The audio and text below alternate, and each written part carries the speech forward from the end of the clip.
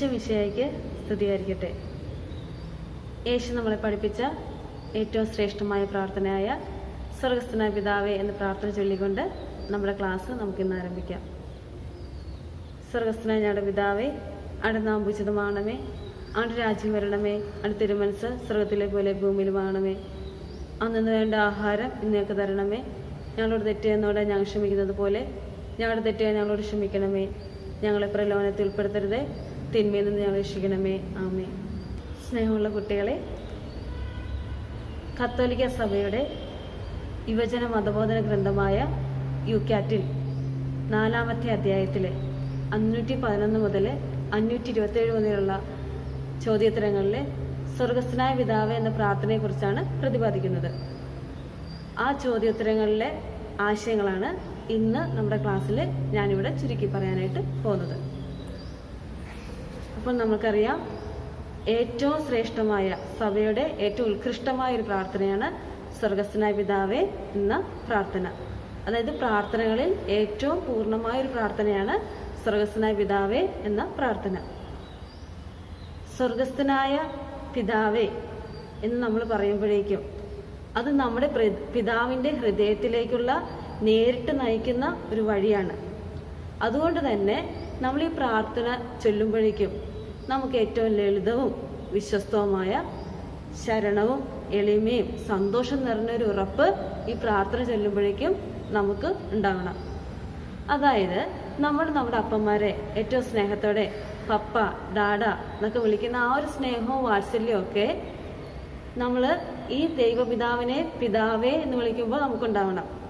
അതായത് ജ്ഞാനസ്നാനം വഴി ദൈവമക്കളായി തീർന്ന നമ്മൾ ഓരോരുത്തർക്കും നമ്മുടെ ദൈവത്തിനെ പിതാവേ എന്ന് വിളിക്കാനുള്ള ഒരു ധൈര്യം നമുക്ക് ഉണ്ടാവണം. ഇനി സ്വർഗസ്ഥനായ എന്ന് പറയുന്നതിലൂടെ എന്ന പ്രയോഗത്തിലൂടെ അർത്ഥമാക്കുന്നത് എന്തെന്ന് വെച്ചാൽ അത് ദൈവമഹത്വത്തെയും ദൈവത്തിൻ്റെ സാന്നിധ്യം, നീതിമാന്മാരുടെ ഇടയിൽ ദൈവത്തിൻ്റെ സാന്നിധ്യത്തെയുമാണ് ഉറപ്പിക്കുന്നത്. അതായത് നമ്മളെല്ലാവരും ഈ ലോകത്ത് നമ്മുടെ യാത്ര അത് എങ്ങോട്ടുള്ള യാത്രയാണ്? പിതാവിൻ്റെ ഭവനമായ സ്വർഗത്തിലേക്കുള്ള ഒരു യാത്രയാണെന്നാണ് ഓർമ്മപ്പെടുത്തുന്നത്. അങ്ങനെയാണെങ്കിൽ പിതാവ് സ്വർഗത്താണെങ്കിൽ ഈ സ്വർഗം എവിടെയാണ്? ദൈവം എവിടെയെല്ലാം ഉണ്ടോ അവിടെയെല്ലാം സ്വർഗമുണ്ട്. അതായത് സ്വർഗം എന്ന് വെച്ചാൽ ദൈവത്തിൻ്റെ സാന്നിധ്യത്തെയാണ് സൂചിപ്പിക്കുന്നത്. ഇനി ഈ സ്വർഗസ്ഥനായ പിതാവ് എന്ന പ്രാർത്ഥനയിൽ 7 അപേക്ഷകളാണ് ഉള്ളത്. ആദ്യത്തെ 3 അപേക്ഷ ദൈവമഹത്വത്തെയും ബാക്കിയുള്ള 4 നമ്മളെ ആവശ്യങ്ങൾ ദൈവത്തിന്റെ മുമ്പിൽ സമർപ്പിക്കുന്നതുമാണ്. അപ്പൊ ആദ്യത്തെ 3 ദൈവമഹത്വത്തെയാണ് സൂചിപ്പിക്കുന്നത്. അതായത് ആദ്യത്തെ അപേക്ഷയായ അങ്ങയുടെ നാമം പൂജിതമാകണമേ. ഈ അപേക്ഷയിൽ നമ്മൾ പറയുന്നത് എല്ലാ വസ്തുക്കളെക്കാളും ശ്രേഷ്ഠമായിട്ട് നമ്മൾ ദൈവത്തെ പ്രതിഷ്ഠിക്കണം. ദൈവത്തിന്റെ നാമം നമ്മൾ പൂജിതമായി കരുതണം. ദൈവത്തെ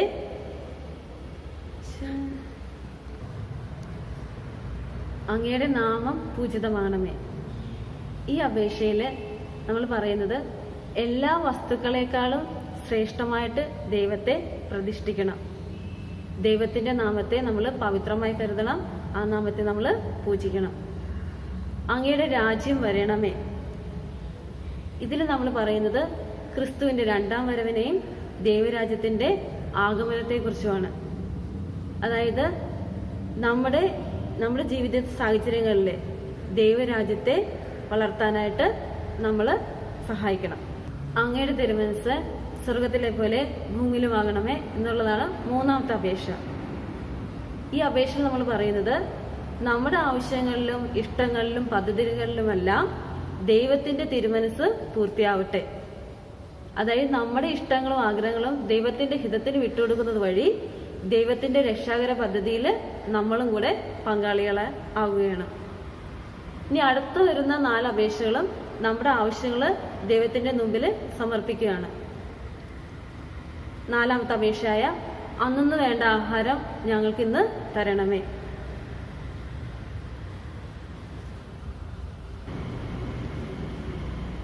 നാലാമത്തെ അപേക്ഷയായ അന്നു വേണ്ട ആഹാരം ഇന്ന് ഞങ്ങൾക്ക് തരണമേ. ഈ ഒരു അപേക്ഷയുടെ നമ്മൾ പറയുന്നത് നമുക്ക് ലഭിക്കുന്ന എല്ലാ വസ്തുക്കളും അത് ദൈവത്തിന്റെ നന്മയിൽ നിന്നാവട്ടെ. എന്ന് നമ്മൾ അപേക്ഷിക്കുകയാണ്.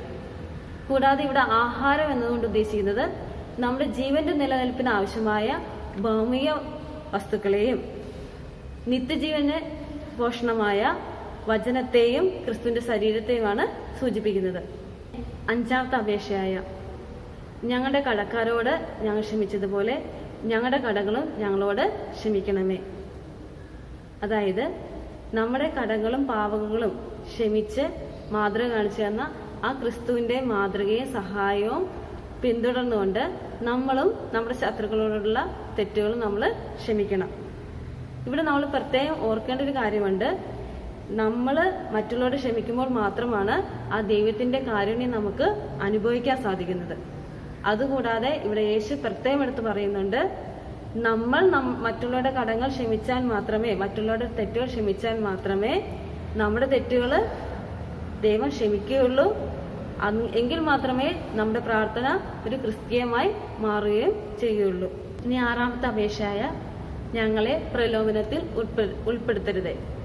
ഈ അപേക്ഷയിൽ നമ്മൾ പറയുന്നത് നമ്മൾക്ക് നമ്മളുടെ ജീവിതത്തിലുണ്ടാകുന്ന പാപ സാഹചര്യങ്ങളെ പിന്തുടരാതിരിക്കാൻ ഞങ്ങളെ സഹായിക്കണമേ, പാപത്തിൽ വീഴാതെ ഞങ്ങളെ കാത്തുകൊള്ളണമേ എന്ന് നമ്മൾ ദൈവത്തോട് അപേക്ഷിക്കുകയാണ്. ഏഴാമത്തെ അപേക്ഷയായ തിന്മയിൽ നിന്നും ഞങ്ങളെ രക്ഷിക്കണമേ.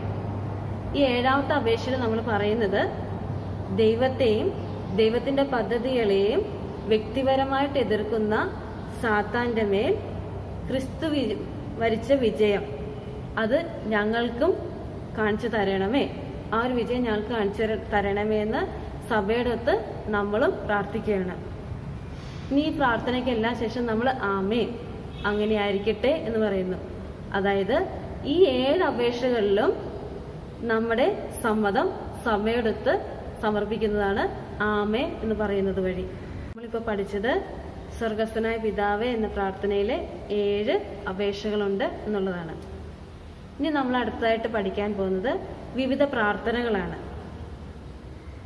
അതായത് 4 തരം പ്രാർത്ഥനകളുണ്ട്. വ്യക്തിപരമായ പ്രാർത്ഥന, അതായത് പേഴ്സണൽ പ്രയർ. രണ്ടാമത്തത് വാചിക പ്രാർത്ഥന, വോക്കൽ പ്രയർ. മൂന്നാമത്തത് സ്വയം പ്രേരിത പ്രാർത്ഥന, സ്പോണ്ടേനിയസ് പ്രയർ. നാലാമത്തത് മാനസിക പ്രാർത്ഥന, മെന്റൽ പ്രയർ. ഇനി ഈ ഓരോ പ്രാർത്ഥനകളും എന്താണെന്ന് നമുക്കൊന്ന് വിശദമായിട്ടൊന്ന് നോക്കാം. ആദ്യത്തെ പ്രാർത്ഥന വ്യക്തിപരമായ പ്രാർത്ഥന, അതായത് പേഴ്സണൽ പ്രയർ. അതായത് നമ്മുടെ സ്വന്തം നിലയിൽ നിന്നുകൊണ്ട് ദൈവത്തോട് സംസാരിക്കുന്നതാണ് പേഴ്സണൽ പ്രയർ. അതായത് മത്തായിയുടെ സുവിശേഷം 6:6 യേശു പറയുന്നുണ്ട്, നിങ്ങൾ പ്രാർത്ഥിക്കുമ്പോൾ മുറിയിൽ കടന്ന് കതകടച്ച് ദൈവത്തോട് രഹസ്യമായി പ്രാർത്ഥിക്കുക. രഹസ്യങ്ങൾ അറിയുന്ന പിതാവ് നിങ്ങൾക്ക് പ്രതിഫലം നൽകും. അതായത് നമ്മുടെ ആവശ്യങ്ങള് നമ്മൾ പ്രത്യേകിച്ച് ഭാഷയോ രൂപങ്ങളൊന്നും ഇല്ലാതെ ദൈവത്തോട് നമ്മുടേതായ രീതിയിൽ നമ്മുടേതായ നിലയിൽ നിന്നുകൊണ്ട് തന്നെ നടത്തുന്ന ഒരു പ്രാർത്ഥന. ഇനി ഫലപ്രദമായൊരു ക്രിസ്തീയ ജീവിതം നമുക്ക് നയിക്കണമെങ്കിൽ ഈ പേഴ്സണൽ പ്രയർ അല്ലെങ്കിൽ വ്യക്തിപരമായ പ്രാർത്ഥന നിർബന്ധമാണ്. ഈ വ്യക്തിപരമായ പ്രാർത്ഥനയിലൂടെ നമുക്ക് നമ്മുടെ ജീവിതത്തെയും നമ്മുടെ അനുദിനമായിട്ടുള്ള കാര്യങ്ങളെയെല്ലാം ക്രമീകരിച്ച് നമ്മുടെ സ്വഭാവത്തെ ഒക്കെ ക്രമീകരിച്ച് ദൈവത്തിനോട് ചേർന്ന് നിന്നുകൊണ്ട് ദൈവത്തിൽ ആഴമായി വളരുവാനും ആ ദൈവസ്നേഹത്തിൽ വളരുവാനും ഈ വ്യക്തിപരമായ പ്രാർത്ഥന നമ്മളെ സഹായിക്കുന്നു. പ്രാർത്ഥനയാണ് വാചിക പ്രാർത്ഥന, അതായത് വോക്കൽ പ്രയർ. നമ്മുടെ ആവശ്യങ്ങള് നമ്മുടെ വാക്കുകൾ കൊണ്ട് പ്രകടിപ്പിക്കുന്നതാണ് വാചിക പ്രാർത്ഥന. നമ്മുടെ ആവശ്യങ്ങൾ നമ്മുടെ വാക്കുകൾ കൊണ്ട് പ്രകടിപ്പിക്കുന്നു. അതായത് എൻ്റെ ദൈവമേ എന്നോട് കരുണയായിരിക്കണമേ, അങ്ങനെയുള്ള പ്രാർത്ഥന. അല്ലെങ്കിൽ ശാന്തശീലിനും എളിമയുമുള്ള ഈശോയെ എൻ്റെ ഹൃദയം അങ്ങയുടെ ഹൃദയത്തിനൊത്തതാക്കണമേ എന്നിങ്ങനെയുള്ള പ്രാർത്ഥനകൾ. അല്ലെങ്കിൽ നമ്മുടെ ഹൃദയത്തിൽ നമുക്ക് സന്തോഷമുള്ളപ്പോൾ അല്ലെങ്കിൽ സങ്കടങ്ങളുള്ളപ്പോഴേക്ക് നമ്മുടെ ഹൃദയത്തിൽ നിന്നും പൊട്ടിപ്പുറപ്പെടുന്ന ഒരു പ്രാർത്ഥനയാണ് വാചിക പ്രാർത്ഥന, അല്ലെങ്കിൽ വോക്കൽ പ്രയർ. അടുത്തത് സ്വയം പ്രേരിത പ്രാർത്ഥന, സ്പോണ്ടേനിയസ് പ്രയർ. അപ്രതീക്ഷിതമായിട്ട് എന്തെങ്കിലും ഗൗരവകരമായ എന്തെങ്കിലും കാര്യങ്ങൾ സംഭവിക്കുമ്പോഴേക്കും നമ്മുടെ ഉള്ളിൽ നിന്ന് വരുന്ന ഒരു പ്രാർത്ഥനയാണ് സ്വയം പ്രേരിത പ്രാർത്ഥന അല്ലെങ്കിൽ സ്പോണ്ടേനിയസ് പ്രയർ. അതായത് ഈ സ്പോണ്ടേനിയസ് പ്രയറിലെ സ്വയം പ്രേരിത പ്രാർത്ഥന പറയാനുള്ള കാരണം എന്താണെന്ന് വെച്ചാൽ നമ്മൾ എന്തെങ്കിലും ഒരു അപ്രത്യക്ഷമായ ഒരു സംഭവം നടക്കുമ്പോഴേക്കും അവിടെ ദൈവത്തിന്റെ സാന്നിധ്യത്തെ നമ്മൾ ഉറപ്പായിട്ട് വിശ്വസിക്കുന്നു, ദൈവത്തിന്റെ സാന്നിധ്യത്തെ വിശ്വസിക്കുന്നു, ദൈവത്തിന്റെ അത്ഭുത ശക്തി വിശ്വസിച്ചുകൊണ്ട് അവിടുത്തെ പൂർണ്ണമായ വിശ്വാസം അർപ്പിച്ചുകൊണ്ട് നടത്തുന്ന ഒരു പ്രാർത്ഥനയാണ് സ്പോണ്ടേനിയസ് പ്രെയർ. 4ാമത്തെ പ്രാർത്ഥനയാണ് മാനസിക പ്രാർത്ഥന അല്ലെങ്കിൽ മെന്റൽ പ്രെയർ. ഈ പ്രാർത്ഥനയിൽ പ്രത്യേകിച്ച് വാക്കുകളൊന്നുമില്ല. ഇവിടെ നമ്മുടെ ബുദ്ധിയും മനസ്സും എല്ലാം ദൈവത്തിൽ കേന്ദ്രീകരിച്ചുകൊണ്ട് ഉള്ളൊരു പ്രാർത്ഥനയാണിത്.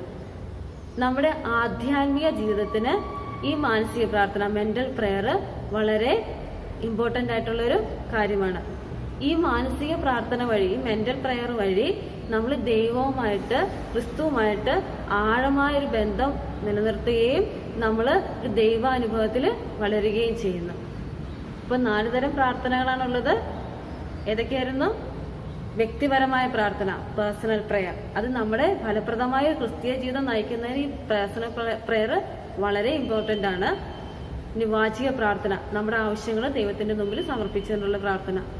സ്വയം പ്രേരിത പ്രാർത്ഥന, പെട്ടെന്നുണ്ടാവുന്ന എന്തെങ്കിലും ഒരു അപ്രത്യക്ഷമായ എന്തെങ്കിലും സംഭവിച്ചു കഴിഞ്ഞാൽ നമ്മുടെ ഹൃദയത്തിൽ നിന്ന് വരുന്ന ദൈവത്തിന്റെ സാന്നിധ്യത്തെ പ്രതീക്ഷിച്ചുകൊണ്ട്, ദൈവത്തിന്റെ ശക്തിയെ പ്രതീക്ഷിച്ചുകൊണ്ട് നമ്മൾ നടത്തുന്ന ഒരു പ്രാർത്ഥനയാണ് സ്വയം പ്രേരിത പ്രാർത്ഥന. ലാസ്റ്റത്തത് മെന്റൽ പ്രെയർ, മാനസിക പ്രാർത്ഥന.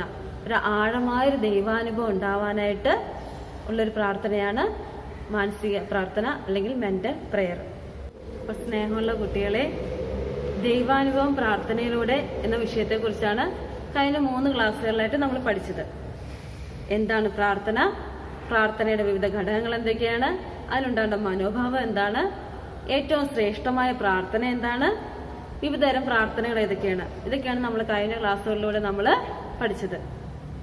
അപ്പോൾ നിങ്ങൾക്കൊരു വർക്കും കൂടെ ഞാൻ തരുവാണ്. നിങ്ങളുടെ യുവജനങ്ങളുടെ മതബോധന ഗ്രന്ഥമായ യുകാറ്റ് നിങ്ങൾ നെറ്റിൽ നിന്ന് ഡൗൺലോഡ് ചെയ്യുകയോ അല്ലെങ്കിൽ ലൈബ്രറിയിൽ നിന്ന് ശേഖരിച്ചുകൊണ്ട് അതിൽ 4ാം അധ്യായം എല്ലാവരും ഒന്ന് വായിക്കാനായിട്ട് പ്രത്യേകം ശ്രദ്ധിക്കുക. അപ്പൊ നല്ലൊരു ദൈവാനുഭവം പ്രാർത്ഥനാ ജീവിതം വഴി നിങ്ങൾക്ക് ഉണ്ടാവട്ടെ എന്ന് പ്രാർത്ഥിക്കുകയും കൂടെ ചെയ്യുന്നു. ഒരു കൊച്ചു പ്രാർത്ഥന ചൊല്ലിക്കൊണ്ട് നമ്മുടെ ക്ലാസ് നമുക്കിന്ന് അവസാനിപ്പിക്കാം. സ്നേഹസ്വരൂപന യേശുനാഥ, നല്ലൊരു പ്രാർത്ഥനാ ജീവിതം നയിക്കുവാനും അതുവഴി ദൈവാനുഭവത്തിൽ വളരുവാനും വേണ്ട കൃപാവരം ഞങ്ങൾക്ക് ഓരോരുത്തർക്കും നൽകണമേ. ആമേൻ.